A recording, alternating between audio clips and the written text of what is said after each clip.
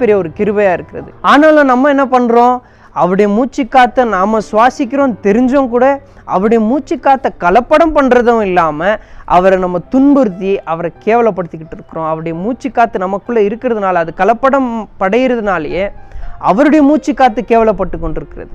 இப்போ நம்ம எவ்வளோதான் நம்முடைய பலத்தினால நம்ம பிரயாசப்பட்டாலும், இனி நான் குடிக்கக்கூடாது, இனி நான் சிகரெட் பிடிக்கக்கூடாது, இனி நான் போய் பேச மாட்டேன், இனி நான் கெட்ட வார்த்தைகள் நான் பயன்படுத்த மாட்டேன், நம்ம எவ்வளோதான் நம்ம யோசித்தாலும் அநேக முறை நம்ம தோல்வி தான் அடைய போகிறோம்.